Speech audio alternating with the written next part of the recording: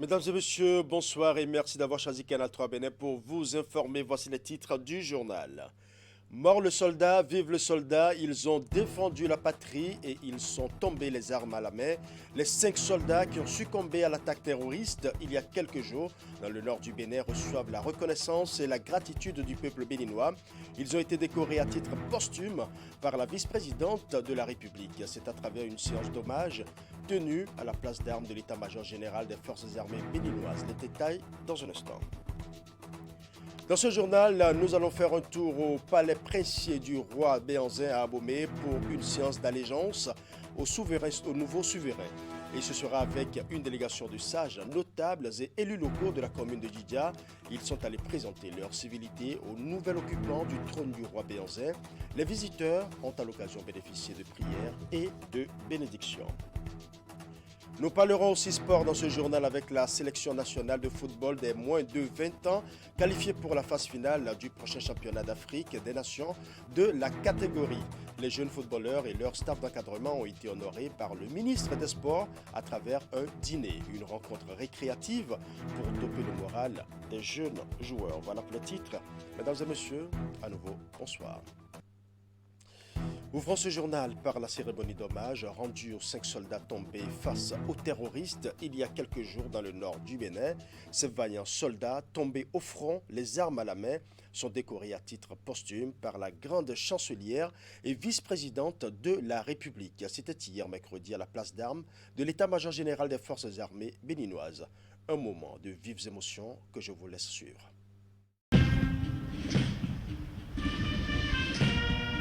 Ils reçoivent les derniers hommages de la nation pour avoir défendu leur patrie.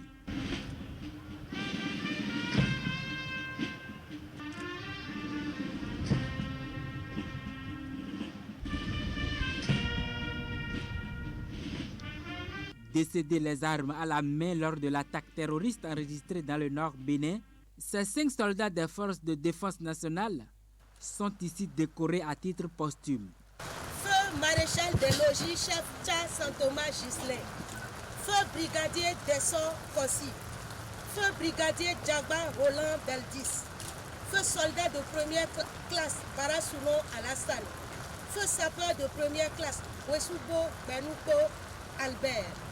Au nom du président de la République, grand maître de l'ordre, et en vertu des pouvoirs qui nous sont conférés, nous vous faisons commandeur de l'ordre national du Bénin à titre posthume.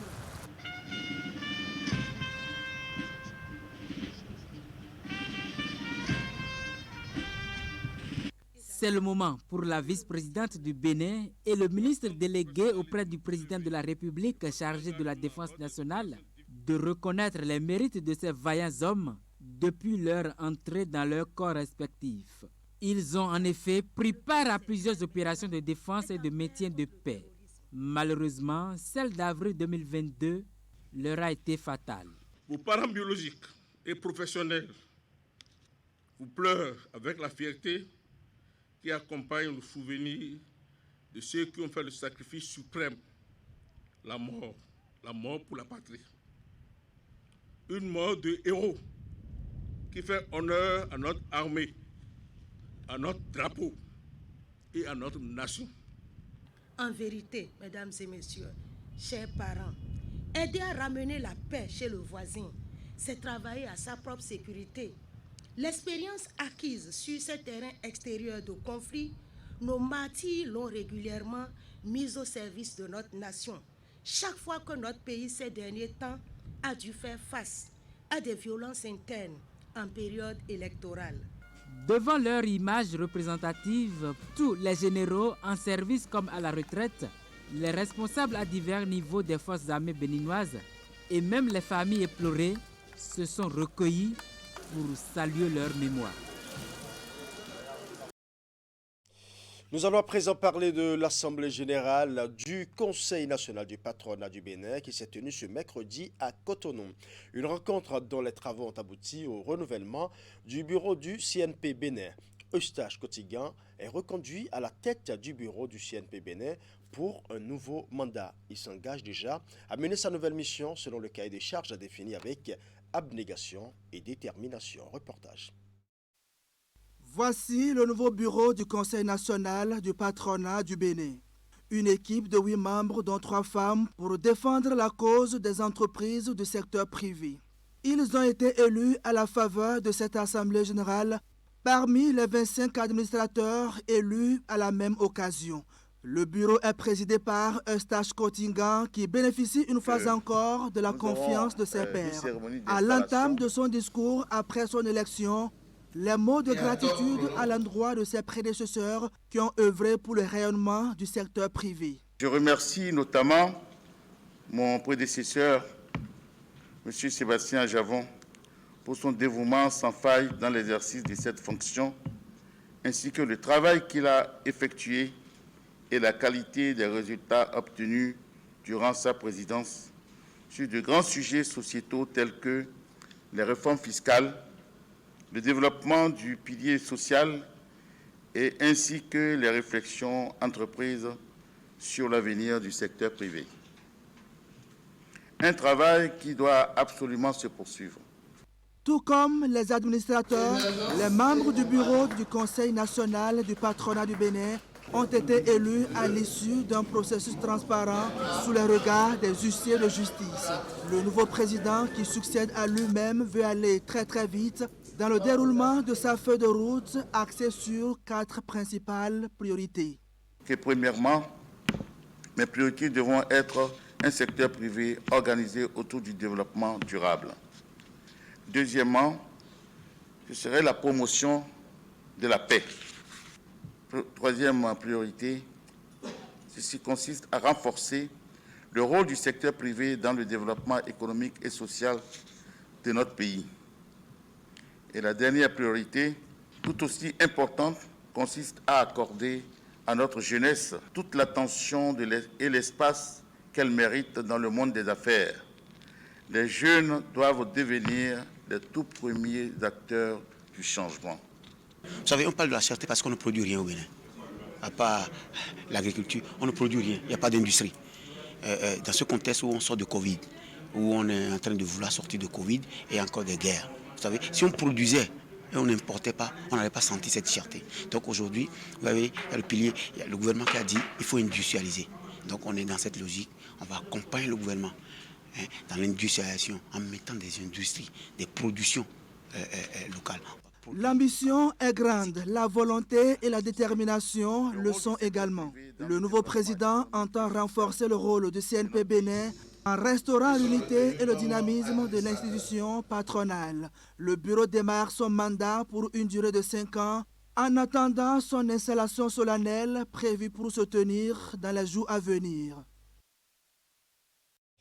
Dans le secteur du tourisme, la polémique autour des 54 candidats sélectionnés a fait l'objet d'une conférence de presse ce mercredi. Le ministre de la Culture, du Tourisme et des Arts est monté au créneau pour clarifier cette situation relative au programme de renforcement des capacités des guides touristiques. Nous allons suivre.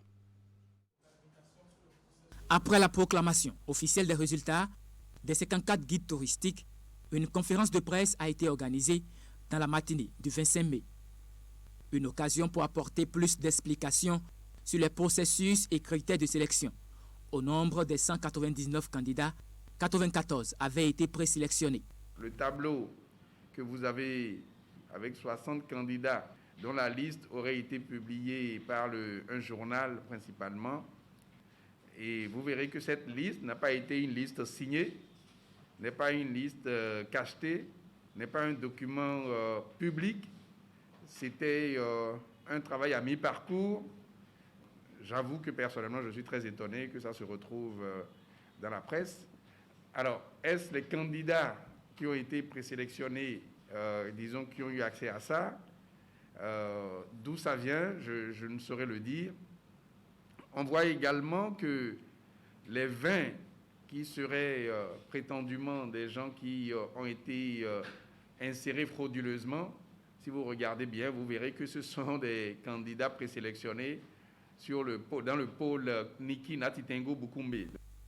Les candidats avaient postulé en ligne, puis jaugé sur des critères d'appréciation tels que l'âge, l'expérience, la connaissance de la destination Bénin et autres. Un travail coordonné et suivi par le comité mis en place jusqu'à la phase de proclamation. Des cas de doublons et documents défaillants ont été également enregistrés. Vu les critères, celui qui n'a pas 60% des points ne peut pas être présélectionné. Nous avons un rapport, monsieur. Et sur cette base, nous avons travaillé en équipe durant pratiquement 2 semaines, 1 à 1 par dossier. Ça a été suivi. Nous avons adopté une méthodologie rigoureuse. Donc la validation a pris plus de 3h30. Contrairement à nos séances qui ne duraient que 45 minutes, 1 heure. Et un débat sérieux s'est instauré. Les réclamations sont prises en compte jusqu'à 0 heure le 25 mai. Après quoi, les résultats définitifs seront connus en tenant compte des carences sur la liste d'attente en cas d'abandon. Les capacités et qualités des services de ces élus guides seront renforcées pour plus d'expertise dès le lundi prochain. Alors, à présent, au palais princier du roi Béhanzin pour une séance d'allégeance au nouveau souverain. Il s'agit d'une délégation de sages, notables et élus locaux de Djidia. Ils sont allés présenter leur civilité au nouvel occupant du trône du roi Béhanzin.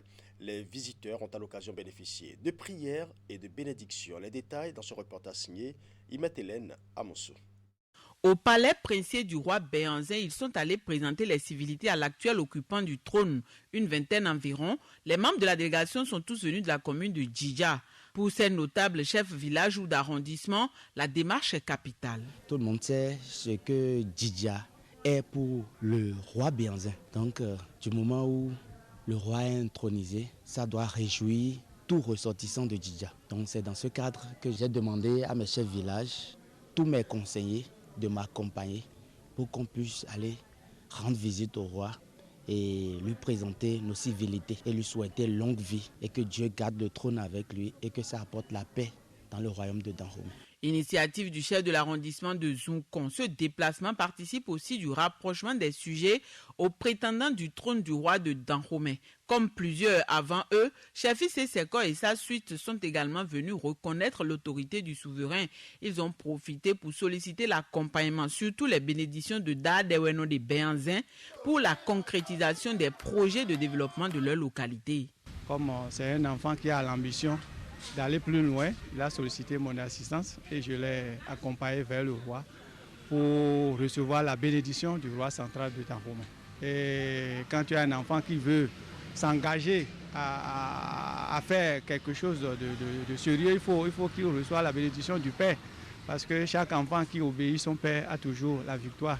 Au lever du jour, pendant que le nouveau roi est arrivé, c'est normal que tout fils de la localité puisse avoir cette démarche d'aller se prosterner devant le nouveau roi. En allant à Djimé, les visiteurs n'étaient pas les bras ballants. Ils ont apporté des présents panégyriques à la gloire du roi. Chants et danses ont meublé la rencontre avant de les laisser partir. Dadeweno de Béhanzin a prié pour ses hôtes. Il leur a notifié sa disponibilité à chaque fois que le besoin se fera sentir.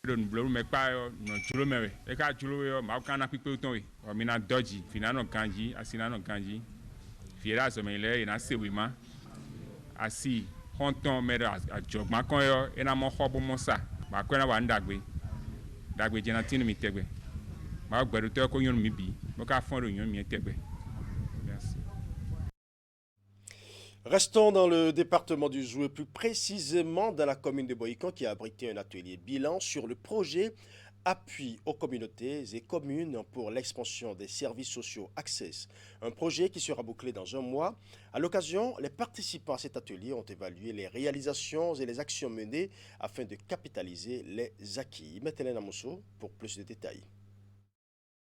L'initiative est venue se greffer sur les acquis du projet des services décentralisés conduit par les communautés PSDCC. Lancée en 2019, elle a pour objectif d'améliorer l'accès aux services sociaux de base et aux filets sociaux, mais également renforcer le système de protection sociale. Le projet d'appui aux communes et communautés pour l'expansion des services sociaux Access arrive bientôt à terme et pour le moment, l'heure est au bilan. Le projet a réalisé des infrastructures scolaires au profit de nos apprenants. Nous avons également assisté des personnes pauvres ou extrêmement pauvres dans le cadre de la composante thémique qui consiste à apporter des appuis, même si modiques, pour que ces personnes-là puissent entreprendre des activités pouvant assurer leur épanouissement. Nous avons également vécu avec ce projet l'amélioration du cadre de vie de nos populations, où les ouvrages ont été réalisés par la communauté elle-même, des ouvrages dont la qualité, je peux vous le rassurer, la qualité a été vraiment très appréciée. Avec des acteurs clés, nous allons parcourir dans les grandes lignes ce qui a été fait, quels ont été les succès, quelles ont été les difficultés, quels sont surtout nos résultats, comment on les apprécie, et examiner ensemble ce que nous laissons comme empreinte, comme réalisation, comment les conserver pour leur durabilité. Et c'est ça le défi majeur. Pour un montant évalué à plus de 20 milliards de francs CFA octroyés par la Banque mondiale, Access a permis la réalisation de plusieurs infrastructures communautaires. Des efforts ont aussi été consentis au profit des populations en vue de lutter contre l'extrême pauvreté. Excepté le bilan global des activités menées et la mise en œuvre des différentes composantes, le rendez-vous de Boy sera aussi l'occasion d'aborder la gestion des plaintes, les difficultés rencontrées ainsi que les solutions apportées. Le taux d'exécution physique globale du projet est d'environ 98,51%. Le taux de mobilisation financière est de 99,07% et le taux d'exécution financière est de 93,84%. Comme moi, vous constatez que ces chiffres révèlent l'efficacité et la rigueur dans la mise en œuvre des activités. C'est le lieu de vous remercier pour tout ce qui est fait. Je vous invite à apprécier par vous-même les résultats qui vous seront présentés et formuler des recommandations pour l'avenir. Au terme des travaux de l'atelier, il est attendu des propositions en vue de la pérennisation des acquis. Un nouveau partenaire pour la Fédération béninoise de handball. Il s'agit du cabinet de Deloitte qui va désormais accompagner la fédération sportive à travers des conseils et assistances dans la mise en œuvre de son plan stratégique. L'alliance a été officiellement scellée ce mercredi au siège de la Fédération béninoise de handball à Cotonou. Retour sur les temps forts avec Ali Momone. Lorsque l'on rêve grand, il faut avoir recours au plus grand. Des mots justes pour exprimer une fois encore la volonté du bureau exécutif de la Fédération béninoise de handball à faire grandir la discipline au Bénin. Le rappel, le président Sidicou Karimou le fait en présence de ses nouveaux partenaires, le cabinet de Deloitte avec qui il noue un nouveau partenariat. Aujourd'hui, il ne s'agit pas de naviguer à vue, il s'agit de savoir où on va, de pouvoir le dire clairement pour que le cabinet de Deloitte puisse nous dire là où vous allez, c'est bon. Première chose. Ensuite, comment y arriver? Voilà comment ça se fait. Ils ont peut-être 10-100 millions de clients qui ont déjà parcouru, les benchmarks existent, les références existent. On ne va rien inventer, ils vont juste nous dire, vous faites ça, vous faites ça, vous faites ça. Et un bon élève, nous allons faire, et à la fin, nous ferons les évaluations. L'objectif est connu et pour l'atteindre, la Fédération béninoise de handball fera chemin commun avec le cabinet de Deloitte, une structure internationale bien connue dans le domaine de la comptabilité, de l'audit, du conseil en management et du conseil en juridique et fiscal. Je pense que la première chose, c'est vraiment la stratégie, parce que la stratégie vous dit et vous donne une orientation, mais après, comment on l'opérationnalise, comment on la finance, tout ça, c'est des sujets sur lesquels nous allons accompagner la fédération. Donc ce partenariat, un partenariat qui va toucher plusieurs axes, plusieurs volets. Il faut avoir, comme je l'ai dit, une bonne stratégie claire. Si l'expertise de Deloitte est déjà acquise, le président de la Fédération béninoise de handball, Sidicou Karimou, en veut davantage. Vous allez nous aider à trouver des entreprises parmi vos clients, principalement, qui vont nous donner leur TDS. La question qu'ils pourraient poser régulièrement, c'est de savoir si vous-même vous nous avez donné. Donc, si vous ne nous faites pas confiance, ce n'est pas évident que les autres puissent nous faire confiance. Bien entendu, le partenariat top, comme je l'ai dit, je me suis permis de lire, de savoir. C'est beaucoup de l'assistance en gestion, en conseil. Et franchement, on est complètement ouvert. Cette nouvelle alliance entre la Fédération béninoise de handball et le cabinet de Deloitte vient s'ajouter aux nombreuses initiatives déjà prises par l'instance pour la mise en œuvre de son plan stratégique. Restons dans le registre sport cette fois-ci avec l'association béninoise des experts comptables stagiaires et diplômés de comptabilité supérieure qui sacrifie une fois encore à la tradition d'organisation du marathon à l'intention de ses membres. Et pour cette 4e édition, l'événement s'est déroulé sur la route des pêches avec plusieurs acteurs du monde de l'expertise comptable. Narcisse Alossé pour le point. Comme c'est de coutume, c'est dans une ambiance bon enfant que des professionnels de la comptabilité de l'audit se sont retrouvés cette année pour la 4e édition de leur marathon. Tout ce samedi 22 mai 2022, ils ont abandonné ordinateurs, imprimantes et tous leurs outils de travail, tout comme leurs costumes pour arpenter le boulevard de la route des pêches. Autour de ces activités ludiques, 2 formules de compétition, la marche et la course. Une matinée de retrouvailles bien encadrée par la police républicaine et le groupement national des sapeurs-pompiers. Sur l'asphalte, ces marathoniens ont su mettre leurs muscles en alerte dans leur rang de hauts cadres comptables, fiscalistes et auditeurs.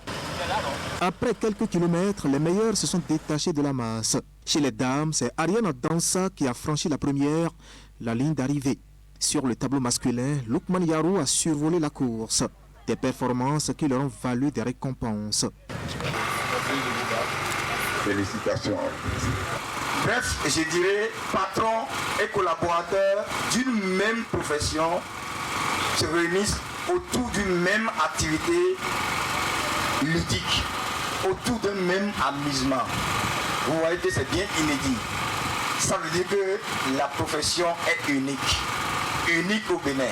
Et elle sera toujours unique dans notre pays. Union et promotion prônée autour d'une profession en présence des aînés qui ont été honorés aussi avec des prix d'honneur. Pour ce prix que vous m'avez offert, je ne sais pas si je le mérite, mais je trouve que c'est un honneur que vous faites à ma personne et je vous remercie. À vous tous qui êtes là et témoins de cet événement, je vous dis merci. Soyons rigoureux, ne tombons pas dans les dévers. Vous êtes là. Je pense que à partir de l'année prochaine, la 5e édition, les confrères, il faut qu'ils viennent. Faites-moi confiance, je serai toujours là. Christian Désiré Migan rassure ainsi de son soutien aux responsables de l'association béninoise des experts comptables stagiaires et diplômés de comptabilité supérieure qui tiennent le pari de l'organisation de ce marathon. Une épreuve qui chaque année est précédée d'une séance d'étirement pour éliminer les calories afin de se refaire la santé. Toujours en sport, nous parlerons de la sélection nationale de football des moins de 20 ans qualifiés pour la phase finale du prochain championnat d'Afrique des nations de la catégorie. Les jeunes footballeurs et leur staff d'encadrement ont été honorés par le ministre des Sports à travers un dîner qu'il leur a offert. Une rencontre récréative pour doper le moral des joueurs. Tout ceci s'est déroulé sous les objectifs des caméras. Voici le compte rendu de Narcisse Alossé.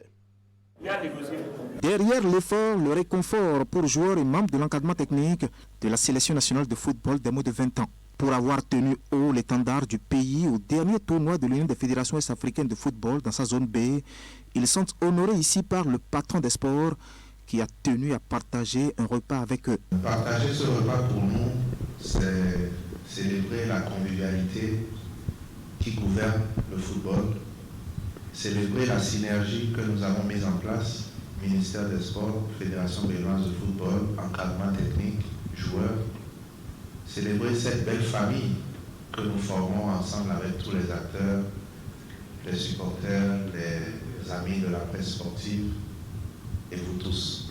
Célébrer aussi la présence de cette équipe en finale de l'épreuve, synonyme de qualification à la phase finale du prochain championnat d'Afrique des nations des moins de 20 ans, la 3e de l'histoire du Bénin.